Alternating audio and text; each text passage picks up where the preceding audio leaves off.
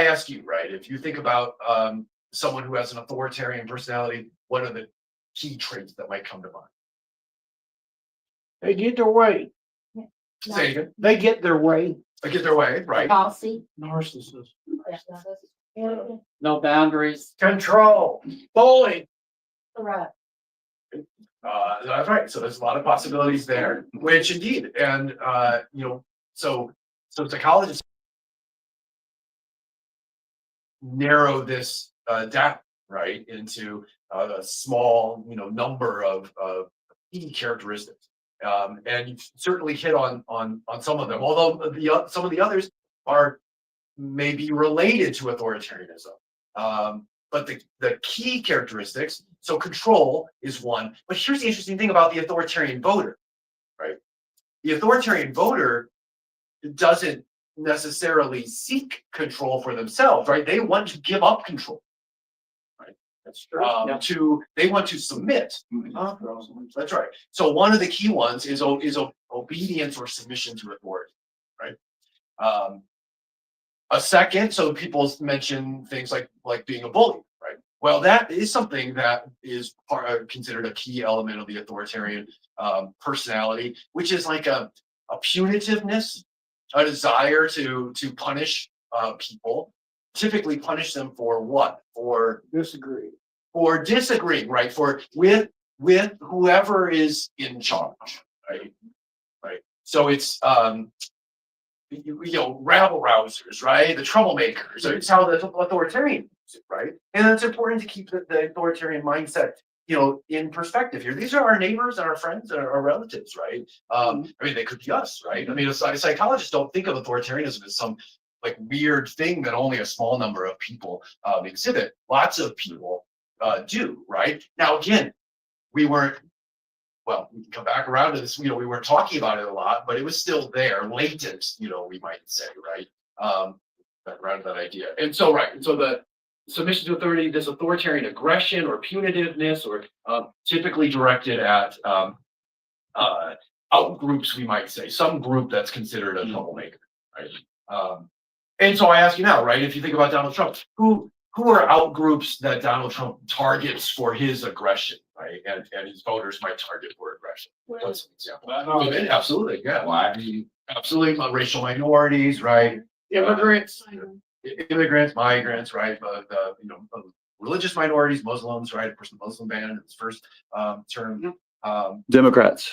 Democrats are yeah. So and increasingly liberal lunatics, right? Left-leaning lunatics, right? They're a danger to the to the fabric of the country, right? They all feminists are, right? The Muslims are, migrants are, right? You can have as many as you want when you're authoritarian. It kind of helps because the more you talk about it, the more you feed this punitive mindset that and then the last one here is conventionalism, conventional thinking, traditional thinking. It's this view that the answers can be found in the old ways. All of these tend to intersect in various ways. So often the authority figures, the typical authoritarian authority figure is promoting conventionalism, right? Is the example I always give is everyone's going to be saying Merry Christmas. That Donald Trump, rode into office telling people that would be like one of his great accomplishments as a president. Everyone would say Merry Christmas. Well, why would a president even care to say it, right? Well, because of conventionalism, right? It says, are you on the same wavelength with me? I think saying Merry Christmas is super important. If you agree, we have something in common.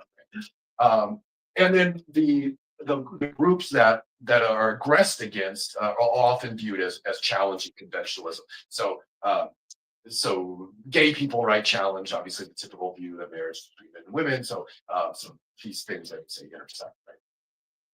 Okay. So what we were interested in, going back now before Trump's first electoral victory, right, is we were interested in authoritarianism and whether authoritarians would gravitate toward Donald Trump, right? Whether they would support Donald Trump. See, we take that almost for granted now, right? I mean, if you listen certainly to left-leaning media, they will tell you that Trump is supported by authoritarians, that Trump is an authoritarian and he's supported by authoritarian voters, right? I mean, I assume we've all heard this sort of story. But but back then, right, that was, a new idea, that meeting in the summer of 2016 when we started.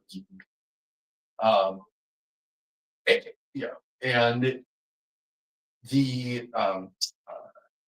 I will say, as these years have gone on, right, although we may take this as sort of, just the obvious truth that Donald Trump is supported by authoritarian-minded people, there are folks who turn that around entirely, right? So if you listen to right-leaning media, they will say, no, you're all wrong. Donald Trump is a proponent of freedom, right? It's Democrats who are authoritarian in nature, right? Their voters are authoritarian. Their voters want everyone to submit to authority. They want everyone to submit to the woke mob. So they have the same sort of argument, and they say if you don't agree with woke ideas, then you will be there will be something punitive action will be taken against you, right? So now the conventionalism piece sort of flips around when they talk about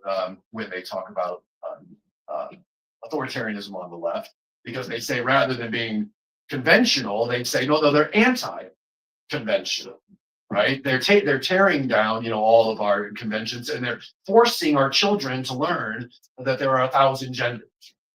Right? So they can make a very similar argument, and they do make a very similar argument.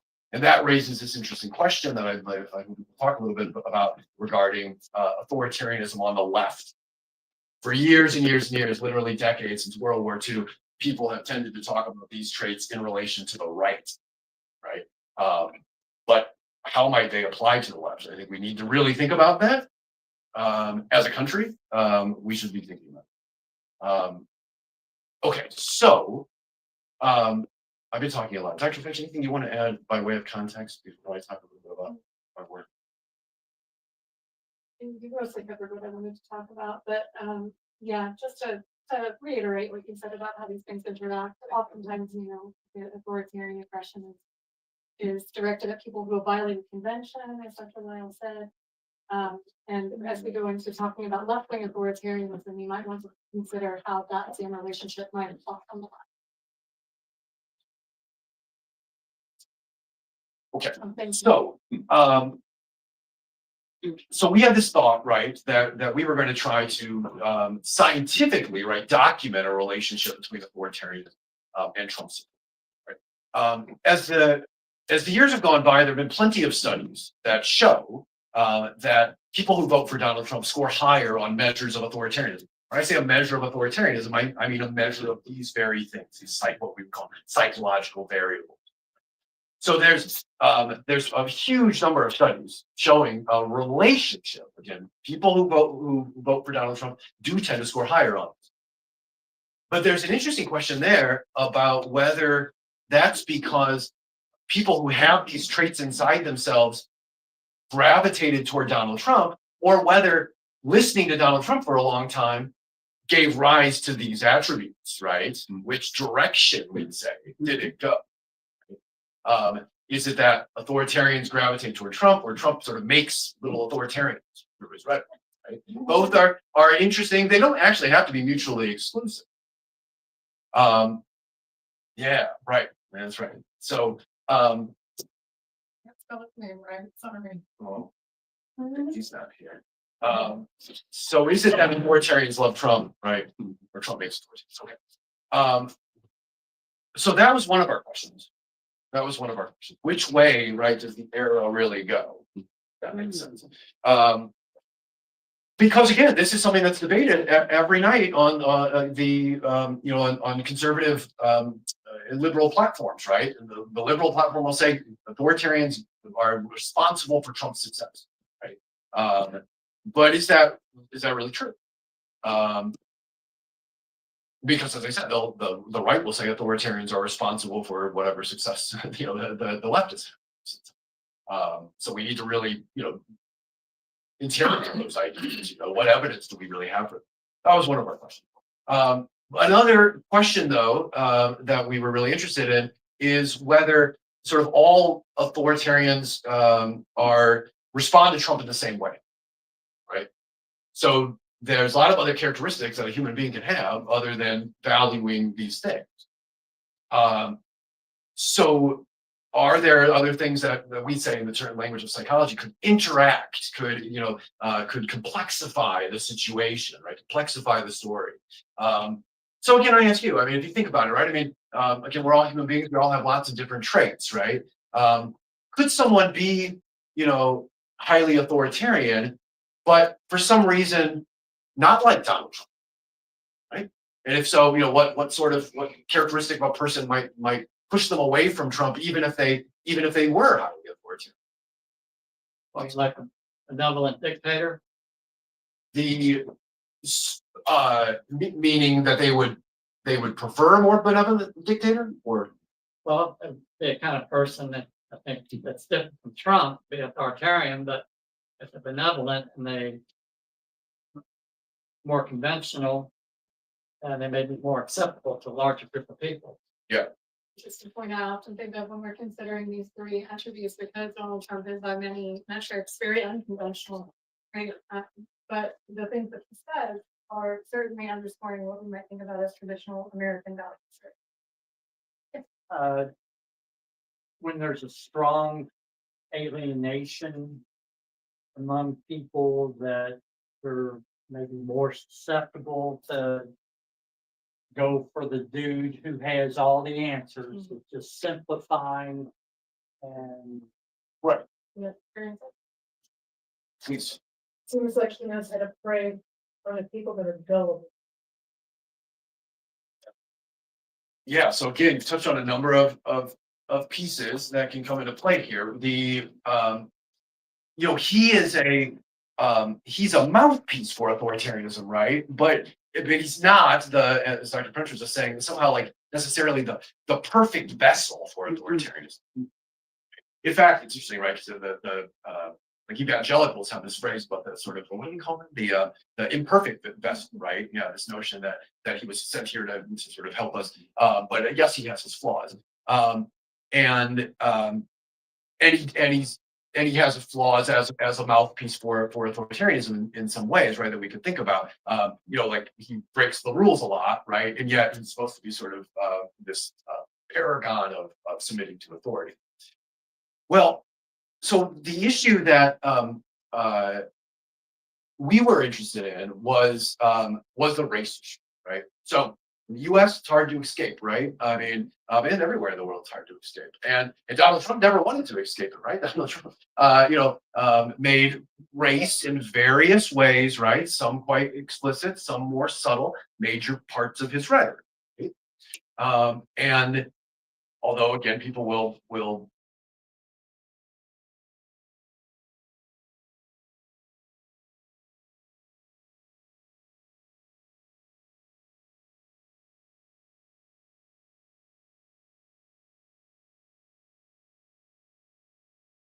or simply racist things, right?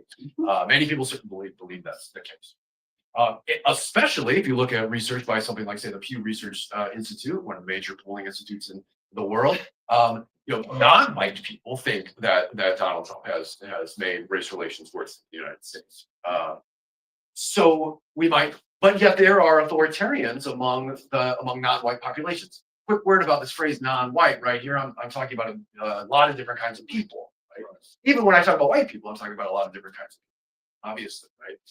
The reason I'm particularly using the phrase non-white for a couple of reasons. One, to simplify things a little bit because we don't have all the time in the world. Also, because of the research that I'm going to tell you about here in a moment. Our data, as sometimes happens for researchers, we didn't have enough people representing sort of all the different sort of racial minorities in the U.S. to speak convincingly or about subgroups, just like we couldn't speak about subgroups of white individuals. We could think about white Northerners, white Southerners. We're not going to speak about that. We're able to, typically, if you want to do that kind of research where you want to talk about, a bunch of subgroups within a larger group, you need to have more and more people, obviously, in your studies. All researchers are limited in terms of numbers and what they use. involved in their research.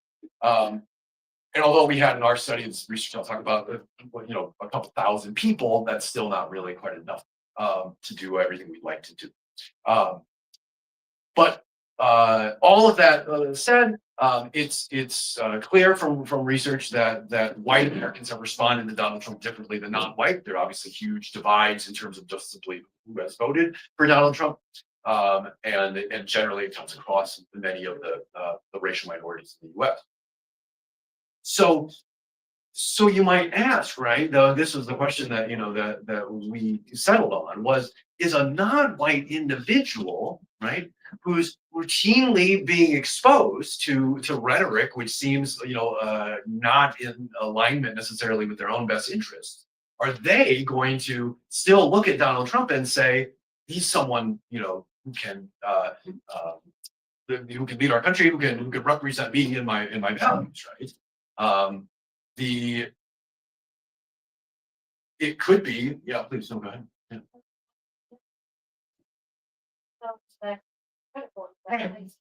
That's right. So an interest though there, especially in 2024, right, where Trump grew his vote share among non-white people, right? There's a lot of questions were asked. Well, who is voting for him in the non-white population?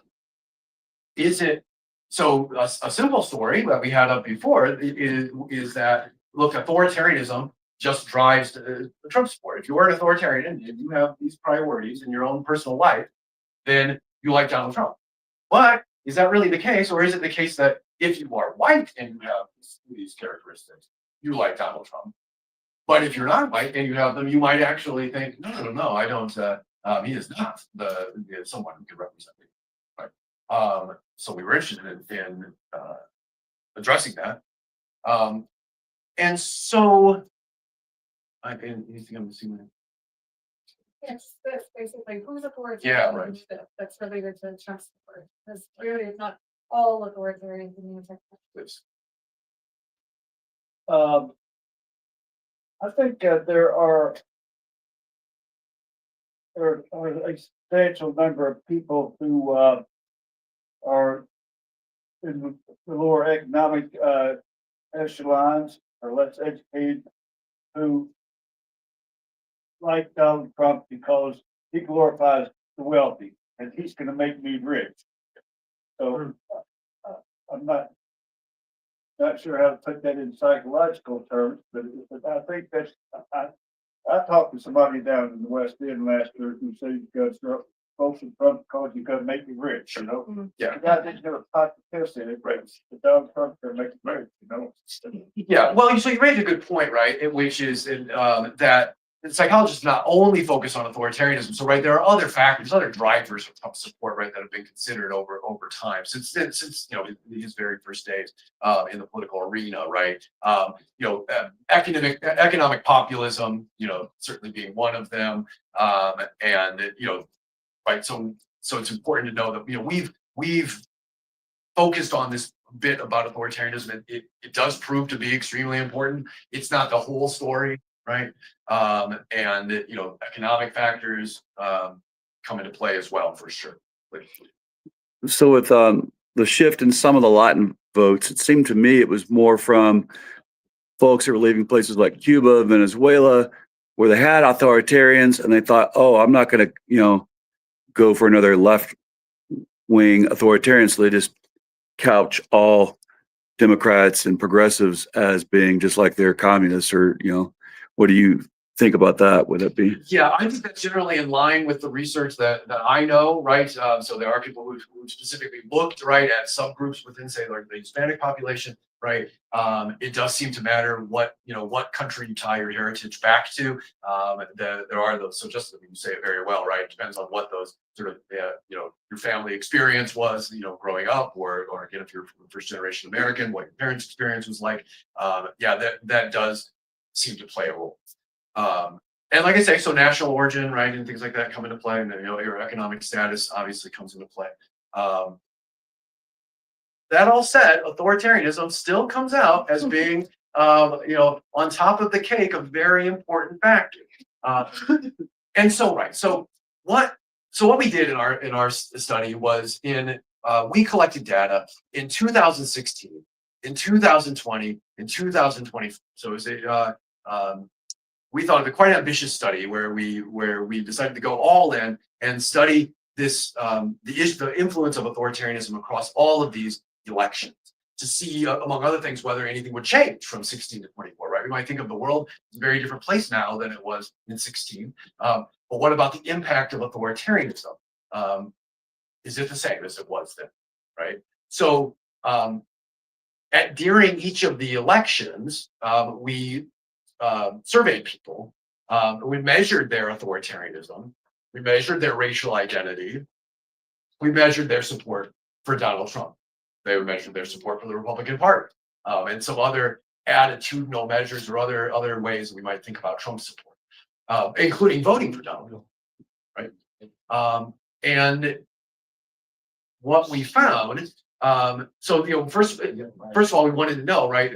Would it be the case that highly authoritarian people like Donald Trump, right? Did they like him in 16, 20, and 24? And did it matter as a function of their racial identity? So in our white sample, it was clear that the more authoritarian people were, the more they like Donald Trump. So for anyone, again, if you're out there and somebody says that authoritarians like Democrats, well, we also collected in each of those elections people's attitudes about Hillary Clinton, Joe Biden, Kamala Harris. There's no relationship between authoritarianism and support for those candidates. And there's always a robust relationship with Trump, so it's difficult based on the actual data to argue that authoritarians favor any of the recent Democratic candidates. But they do support Donald Trump. And we found, and this is really critical and starts getting us back to some notions about left-leaning authoritarianism. One of them really could be very shocking findings, but even people who describe themselves as liberal, so among the things we asked people in this 8-year study was, are you liberal or conservative? Use a scale, 1 to 7, it's often done, 4 is moderate, right? What we found was that even people who are, who self-describe as liberal, but if they also show, when we measure their authoritarianism, that they're high on authoritarianism, they like Donald Trump, right? So Trump's appeal as an authoritarian crosses over the ideological divide, right? It's a powerful divide, right, between liberals and conservatives. But authoritarianism is so powerful that even liberal authoritarians are like, well, I actually do kind of like Donald Trump, right? It's pretty striking. In fact, we asked people. So we asked people if they approve of a system of government in which the president can make decisions without interference from the Congress or the courts. What we used to call checks and balances, we call interference. Right? Yeah. So that's obviously a very authoritarian view, right? A very authoritarian view is that yes, I want a president who can make the decisions without being interfered with. And so we found that what predicts that. So who are the people who feel that way in our neighbors, our friends, our family? Who wants a system like that? We might be here in this room. We might all sit here and go, nobody wants a system. But it's not true. We had plenty of people in our survey who said, yeah, I can get behind that, right? Who were those people? Were they right-leaning people? No, not really. It really had nothing to do with whether you said you were liberal or conservative. It had to do with whether you scored high on authoritarian. That was a strong predictor, and your views about Donald Trump were also a strong predictor. People like Donald Trump and are highly authoritarian, want a government system like that. But even liberals who again can be highly authoritarian and say, yeah, Donald Trump's doing some things right, and I would like a system where no one's telling him, to stop doing what he's doing. So that was on among our white respondents. For our non-white individuals, though, this sort of, we say, crosses over completely. Meaning, so more authoritarian non-white people actually like Donald Trump less. So they're authoritarian, yes. But as I was sort of foreshadowing in some of my comments, it looks like there's something about Donald Trump, though, as the mouthpiece for authoritarian rhetoric, perhaps, but not necessarily, because of his racial messaging. They say, no. I'm not supporting that guy. I might support some other authoritarian candidate, but I'm not supporting Donald Trump. So again, if we're trying to keep it simple and say, well, authoritarians like Donald Trump, well, no, again, because because it depends on whose authoritarianism. White people's authoritarianism drives them to like Donald Trump. Non-white people's authoritarianism actually appears to drive them away from Donald Trump, away from saying they like him, away from voting from him, and away from identifying with the Republican Party when he is in the White House. Well, I guess I'd like to ask you all, why might that be? Could you use the microphone, please? We can't hear you. Yeah, sure. I'd like to ask you all, why might that be? What was the question? Why might it be that Black authoritarians, I'm going to just simplify and say Black Americans, who are high in authoritarianism, why might they not like Donald Trump, while white authoritarians do? Because they think the Democratic Party's left their seat, and that helps them get what they need. Yeah, well, right. So what we found actually when we asked people about the Democratic Party is that highly authoritarian non-white respondents, which Dr. French is right, most of our, because of the dynamics of the United States, most of our non-white respondents were Black. But so highly authoritarian Black respondents had a very positive view of the Democratic Party, perhaps because again I haven't said this. Part of being highly authoritarian is being rather rigid and not very changing in one's opinions. For decades, although not for the entire history of the United States for sure, but since the 60s, right, the Democratic Party has been aligned with Black Americans. And so highly authoritarian Black respondents in our study were, again, they didn't like Trump. They did like the Democratic Party. They were basically sticking with the view that we might think of as like the quintessential view of a Black American. The Democratic Party supports me, the Republican Party doesn't. It was actually the less authoritarian Black respondents in our sample who said, yeah, just to your point, I don't think Democrats are helping me anymore, right? Maybe I should give the Republicans a chance, right? But interestingly, they had to have that flexibility where they were willing to think, maybe I can make a change here. Authoritarians tend not to want to make a change. Non-authoritarians tend to be more flexible. Please. There seems to be a group that really hasn't been represented. Hopefully I didn't miss it here. As one issue voters. Yes. Yes. Yes. Yes. Yeah. And they're caught up in that, especially abortion. But there's other aspects of Trump. I feel like there's people that care about that one thing because it benefits them the most and don't care about anything else. Yeah. And it's a big factor in there. Yeah, absolutely. Yeah. Again, Yeah. it's when we talk about, the American electorate, we're talking about, millions and millions and millions of people, right? And so, the way research works, again, you sort of carve off a little piece to study, right? But right, we don't have in our data at all anything right on a single And issue. there's no logic involved there. It's just strictly that brute force belief. Sure. And absolutely. they won't budge on it, yeah. Yeah, for sure. And I think it's a sizable group out there. Yeah. No, I agree. I mean, again, there's in political psychology, there's a whole literature on people who are sort of single issue voters or also like low information voters, right? And I do think low information voters, meaning they don't have a lot of knowledge, they're not very plugged in, they don't watch the news, they don't follow it on social media. So what they know often is extremely limited. They may only know about one issue, right? It's actually tough to do this kind of research because the people who often want to participate in research on political views tend to be more knowledgeable people who knowledgeable about politics. Yeah.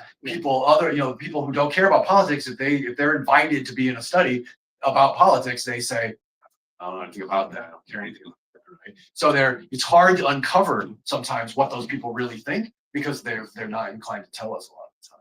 Did you have a question? Well, to tag on what he's saying, I mean, I was astonished that there was that much support for authoritarianism a second time around. But what I found is, and maybe it still aligns with some authoritarianism, is there's so many single issue things that just surprised me. I couldn't even see the connection to him, that people are attaching onto him. Maybe they do think that he is the authority on that. And one was nuclear arms. There's some people I talked to that were liberal as heck, I thought, for 50 years. But now all of a sudden, oh, we're going to go to nuclear war if we allow the Biden and Kamala camp in. Trump's not going to do that. And there was just this pro-Putin Trump, like they're going to rescue us from that. Their authorities on rescuing us from that. That blew me away. Like their one issue was, I don't want to die from a nuclear holocaust, and I will if. Yeah, Mike. Well, I was just going to mention that I think there was, I think the level of racism in this country was underestimated before 16, Yep. and the backlash against Obama, and those folks came out and they were encouraged. I mean, they were doing bodybuilding racism during the course of those years Trump was in office. And, you talk about a vengeance. It was a payback time. Certainly, yeah. I mean, I think that that's true, very true. And then as we have Kamala Harris as the only opponent, obviously misogyny comes into play and the intersection of her race and her gender as well, which we're still we're trying to stick to authoritarian, but all these things are important. Yeah. Mike, please. Yeah, I was asked, do you think any of the so-called one-issue voters, especially the one who made up something about the nuclear codes, has another reason that they don't want to say, which is, I'm too racist to vote for that woman, and I just want to sound smarter than that? And do you think any of this is motivated, is being driven by religion? So, a couple of things there. One, I can't speak too well to, the notion of like when people are shy about some of their views. Of course, back in 16, there was sort of the notion of the shy Trump supporter, right? The term that they used, right? Yeah. Yeah. And so, that Trump support was underestimated because people didn't want to say they supported him, right? But why? Why would people be hesitant? Well, because a lot of the things were very ugly, right? Yeah.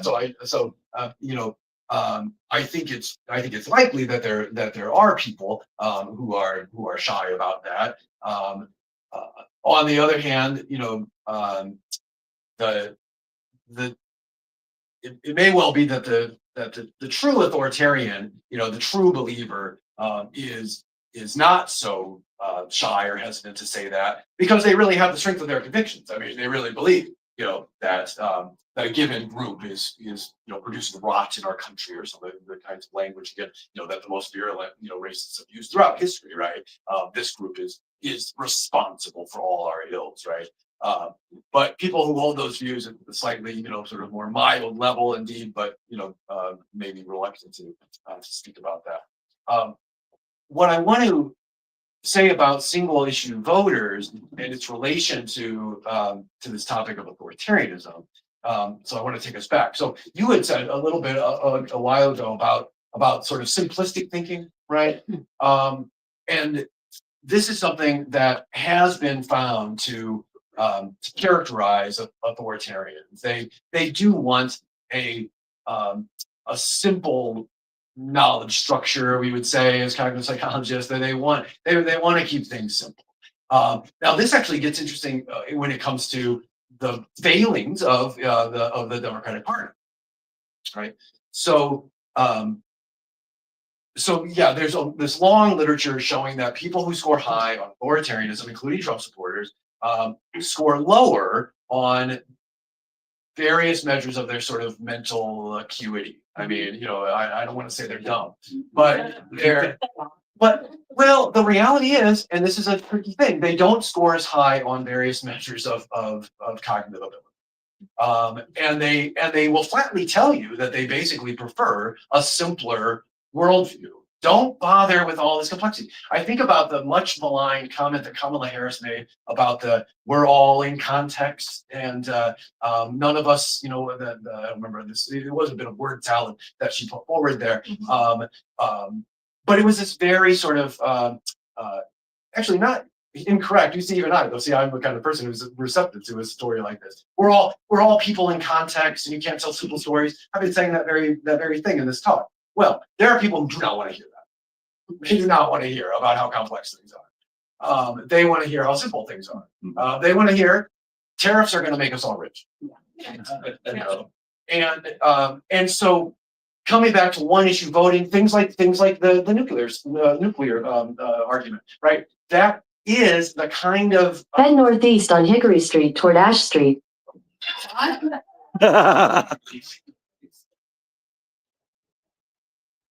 We're here. And just hold on 1 second, but I do think it's entirely when you sort of do a postmortem on the Democratic Party in recent years, right? I mean, quite unintentionally,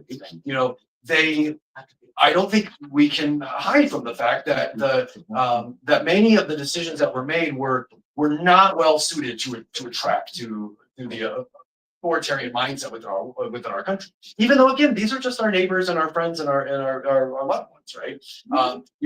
The Kamala Harris was right, a tough sell to an authoritarian voter because she was a woman and she was not white, and the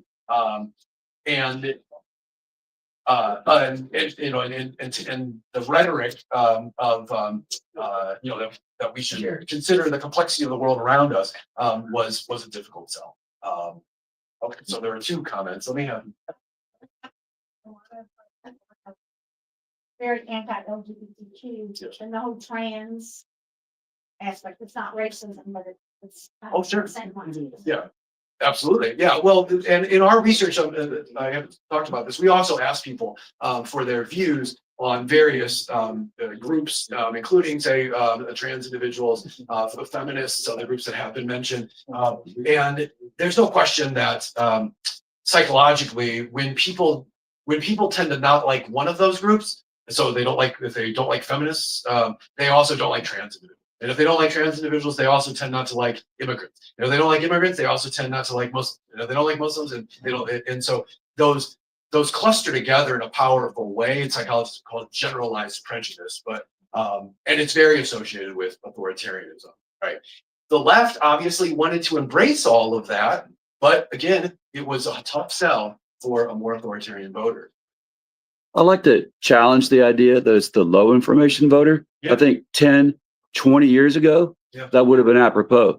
But I actually know two people and they're disparate groups that came up with this nuclear thing. One was a Black liberal female that I work with at JCPS. Yeah. Another is professor at Boston College that graduated from Yale. Yeah. And they both brought this up. So I'm wondering, is it possible that there's so much information out there that even a Yale graduate can't sift through what is really Putin's crap? Because you got plenty of people that are likewise educated. They're pushing Putin stuff. Yeah. And that maybe it's not low information anymore. We have way too much information to know which one is real and which not. Yeah, political scientists have long established, like, basically informational flooding, just overwhelming people with information is an authoritarian regime tactic. So, all right. Oh, I just wanted to say one thing because Mike, you asked something about religion. Yes. So I just wanted to mention that at least in our work, and stop me if I'm misremembering, but at least in our work, we did ask people for their religiosity, and everything that we talk about as our findings is controlling for that. That means that what we say we found is regardless of religiosity. Is there a relationship between Yes. being authoritarian and being very strict. religion. Yes, there is. yes, there is.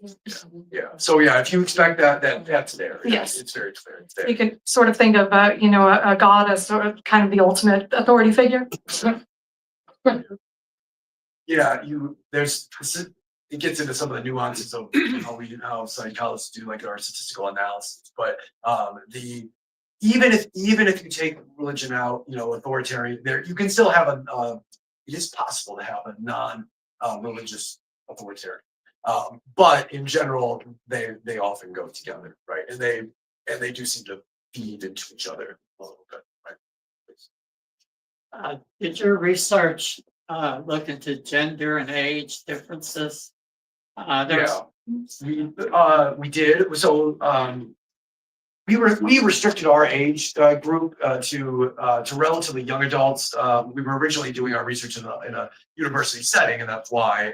So all of our participants. But later we extended a little bit up to age 40, but they're young adults, so they're 18 to 39 in our studies.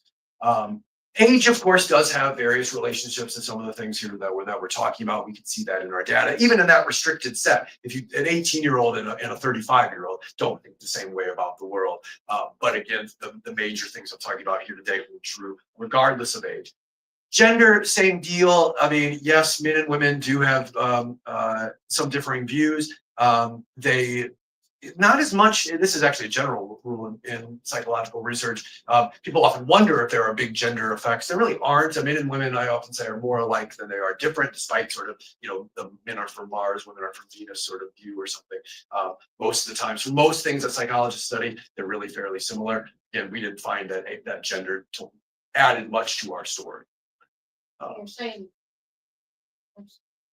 it's not more men or authoritarian, but it's pretty balanced. It is pretty balanced, yeah. It is pretty balanced, yeah. Which is interesting, right? Because when I think of this sort of punitiveness or this sort of dominant mind view, this mindset as being more male, well, I mean, that sort of seems like perhaps a stereotype. There are certainly plenty of women we find in that too. Were you all able to index on like hopefulness versus fearfulness? Yeah, yeah. In two of the election cycles, so like I said, we studied all three. In two of them, we did have measures of like worry and perceived threat, which I really thought, it's like as a science, you have lots of ideas as you go through your research. I really thought that would be important. That if someone said they had a lot of worries that that would affect other parts of their responses. In general, it didn't have much impact though. Now, That's really interesting. I mean, yeah. I mean, I don't know. I was surprised by it. I mean, maybe we didn't ask the right questions about threat, the right questions about hopefulness. But yeah, we didn't find that it mattered, which I thought for sure we would. We do find things like that's not really all that interesting. I mean, like when Donald Trump wins, the people are more worried, and when he loses, or at least liberals are more worried when he wins. The conservatives are less worried when he wins. Obvious effects. Yeah, please. So where did you come down? Did you decide that people with authoritarian inclinations had it kind of in their DNA? They were naturally inclined to Thank play? you so much. Did they Yes. pick up on it from one of these silos, the Charlie Kirks? Yeah. Yeah. Help me understand. Yeah, thank you for bringing that up. And what's our time? 15 minutes. Yeah, so that's one of the major issues that we wanted to touch on. I was just not sure about how to bring it up. Right. So, let's think about where authoritarianism comes from, right? So I raised the possibility, could it come from listening to Donald Trump? Not saying it can't happen that way, but we don't see much evidence of that, right? Instead, and this is almost its own talk in its own right, but we believe that authoritarianism is somewhat baked into people's biology, meaning, and then there's this is the nature nurture question, right? That we've probably all heard about at some point, right? Psychologists always want to know: is it your upbringing? Is it your environment, right? Or is it your DNA? Well, first of all, we've known for a few decades that authoritarianism is heritable. It is passed along down in families and has genetic tendencies. Again, it can sound strange, but everything, it turns out, when you look at it, ends up having some genetic contribution. So it does. And what in our particular research, in our little niche, here's a little bit of information that there are not very many people in the entire world who know this, and so I wanted to share this with you for coming out on this chilly November night. So what one of the things that we have studied for years, going back to before Donald Trump's political career, is a relationship between human-handedness and authoritarianism. So handedness, okay.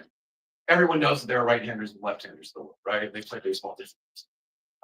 And who cares, right? I mean, it's well, it turns out there's more to it than just right versus left-handed. There are people who are very rigid in their handedness behavior. And these are people who over and over and over again, you can't get them to use their other hand. You can't get them to use their other hand. They're so wedded to using the one. Right?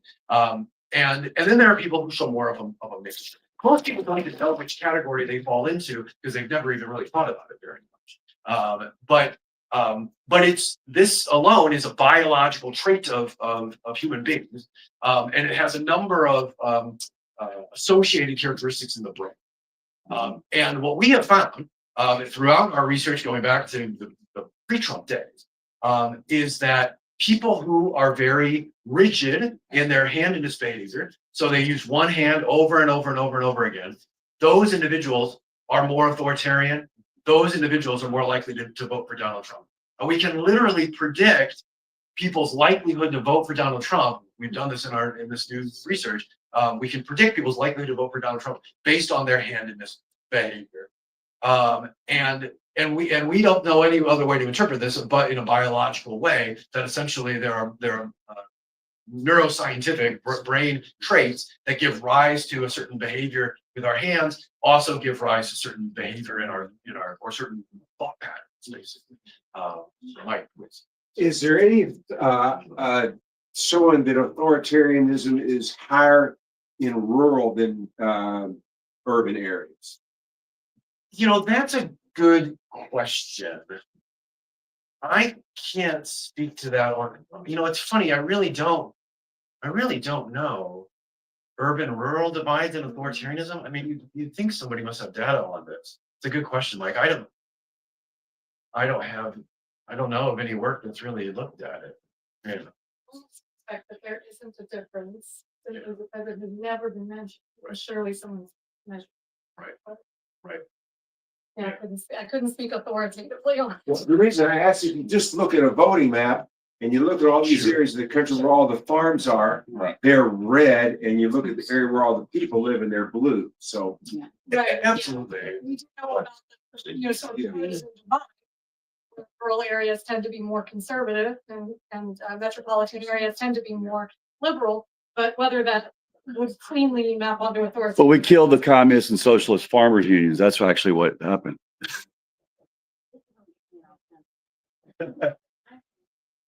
I really do believe there is, because my relatives live in rural areas. They're well educated, but they're Trump supporters.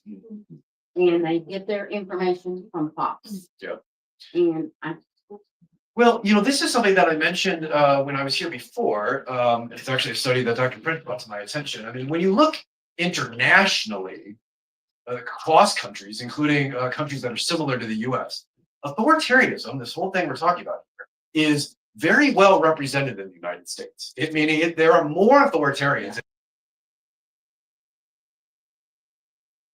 in Western countries. Canada. Quite a lot. Yeah, quite a lot. Yeah.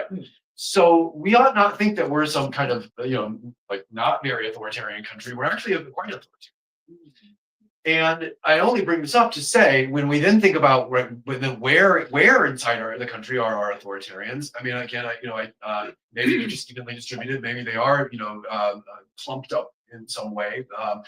There is definitely research showing that other personality traits clump.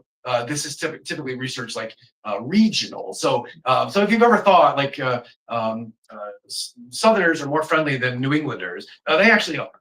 They scored higher on measures of agreeableness, which is what friendly. And there's a number of other findings like this have been known for years. So there is regional clumping of personality traits, right? And so it's entirely possible that in the US, they're clumping in rural, environments for some reason. But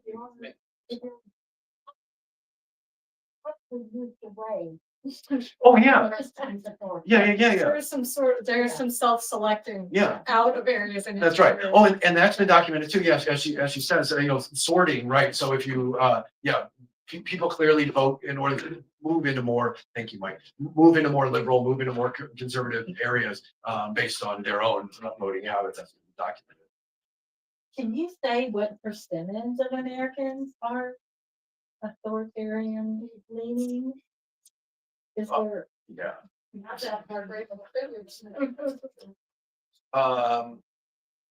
Right. So you have to decide where you're gonna draw the line, right? And there isn't in the literature on authoritarianism, there isn't, a clear like score or something that you have to get, so I can't speak to it in probably the degree of like specificity that you might like. That said, I don't know. I'm reluctant to even give you a number because walk around and tell people and then I'll feel responsible. But it's it's a sizable minority of people. I mean, I think is the way to think about it. I mean, I really think it's approaching a sort of 50-50 split in the US. Now again, why didn't we notice this before, right? I mean, for centuries or decades, in the United States, right? Well, because it's not inherently political. This is one last thing for you to think about, at least coming up on our stop time. Just because you want to submit to authority figures and tend to be kind of punitive and conventional, a politician doesn't have to say anything about those things, right? And in fact, so authoritarians didn't vote for George H. Bush or George H. W. Bush, right? The first Bush, right? The authoritarians didn't vote for him in large numbers. No more than non-authoritarians. Authoritarians didn't vote for Mitt Romney any more than non-authoritarians. A little, but I should say they did a little bit. McCain, almost no difference. George W. Bush, yes, but George W. Bush had some authoritarian tendencies, right? But that's the thing.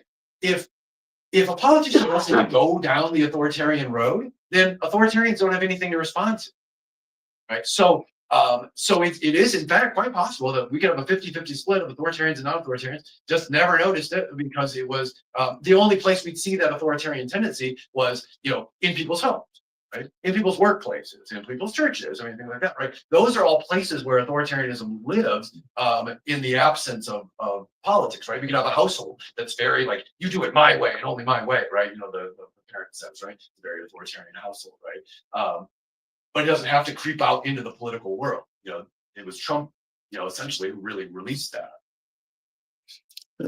As a school teacher who teaches dystopian novels, I'd say we do know in Lord of the Flies that we do all have this tendency in us, or at least we could be swayed by them. But when asking about regions, I just think we don't realize our history, has been, we have let authoritarians kill and drive away so many people that weren't authoritarian. The rednecks, they didn't come from farmers having red around their neck. That's the lie that's been told. That was the red bandana that union members wore in Appalachia as they were just, killed by Pinkerton, agents with dropping bombs on them. But we've erased that memory so much so that our state, doesn't even vote. Vote for us going right to work. Same thing. We had socialist, communist farmers fighting for collectives in Oklahoma. Do we teach that history in school? No. We got Wilmington. We had a whole city that, said, hey, let's get rid of the racism. Kill.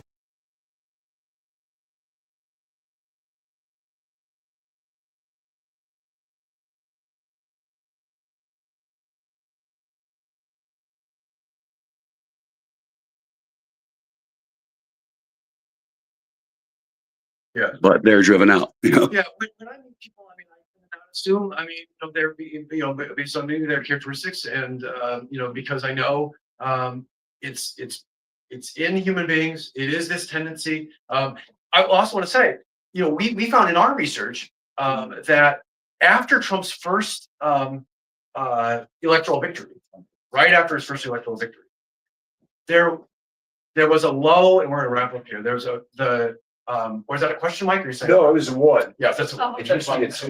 we saw for people who had been low in authoritarianism before Trump was elected, so right before, and then we measured right after Trump's electoral victory.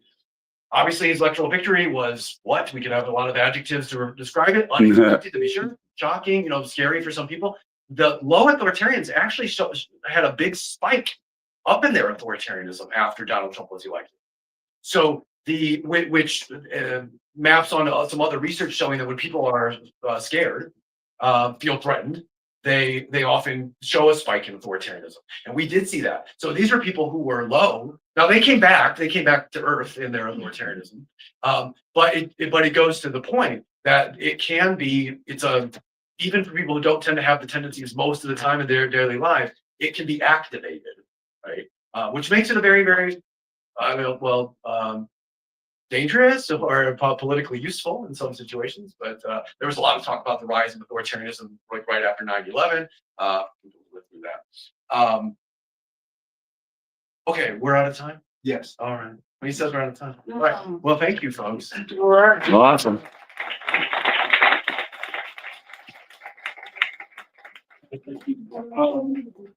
Thank you, everybody, again.